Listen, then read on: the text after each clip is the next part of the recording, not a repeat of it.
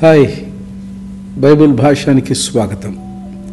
క్రైస్తవ విశ్వాసముతో పాటు భూమి మీద దాదాపుగా అన్ని విశ్వాసాలలో ఒక సాధారణమైనటువంటి నమ్మకం ఏమిటంటే దేవుడు సృష్టి ద్వారా మానవులతో మాట్లాడతాడని లేదా సంభాషిస్తాడని.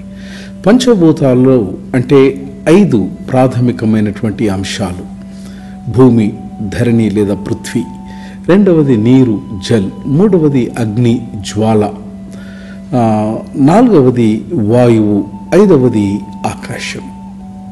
ఈ 5 పంచభూతాల్లో నుంచి మానవుడు అనేకమైన పాఠాలను నేర్చుకోగలుగుతాడు. ఈ మూలకాలు విశ్వము యొక్క భౌతికమైనటువంటి భాగాలు మాత్రమే కాదు, కానీ మన స్వంత ఉనికిని మరియు మన సృష్టి స్వభావాన్ని ప్రతిబింబించేటువంటి సూత్రాలు కూడా కలిగి ఉన్నాయి. భూమి, పృథ్వీ, భూమి నుండి మనము స్థిరత్వాన్ని, సహనాన్ని, ఓర్పును మరియు పోషణను నేర్చుకుంటాం. ఇది జీవితానికి పునాదిని అందిస్తూ ఉన్నది. రెండవది జల్, నీరు.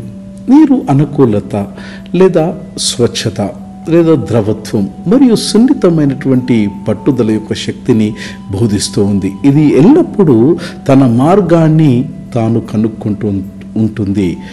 నీరు పల్లమెరుగును, నిజము దేవుడెరుగును.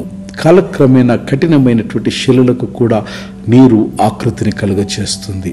మూడవది అగ్ని. ఇది పరివర్తన, శక్తి, అభిరుచి, ప్రకాశం మరియు వెచ్చదనానికి, నూతనమైనటువంటి ప్రారంభాలకు ఇది సూచికగా ఉంటూ ఉన్నది. నాలుగవది వాయువు, గాలి. గాలి స్వేచ్ఛత, కదలిక, ప్రాణశక్తి, ప్రాణాయామం, సర్వవ్యాపకత్వం మరియు కమ్యూనికేషన్ను సూచిస్తుంది. ఇది భౌతికంగా కనిపించకపోయినప్పటికీ ప్రతి శ్వాసకు ఇది అవసరమై ఉన్నది. ఐదవది ఆకాశం.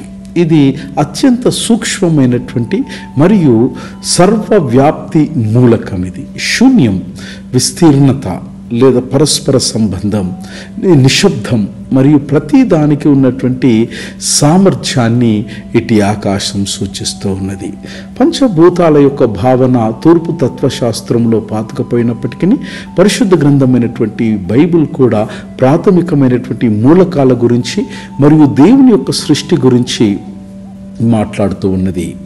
ఈ మూలకాలన్నిటికీ దేవుడే సృష్టికర్తయి, దేవుడే పోషకుడని మరియు ఈ సమస్తమైనటువంటి సృష్టి దేవుని యొక్క హస్తకృతులని జ్ఞాపకం చేస్తున్నది.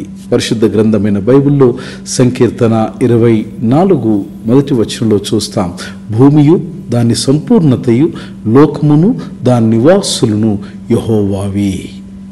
దేవుడు తన సృష్టితో నీతో మాట్లాడుతున్నాడు మిత్రమా. దేవుని యొక్క స్వరాన్ని, దేవుని యొక్క సందేశాన్ని గ్రహించే ప్రయత్నం చేయి. God bless.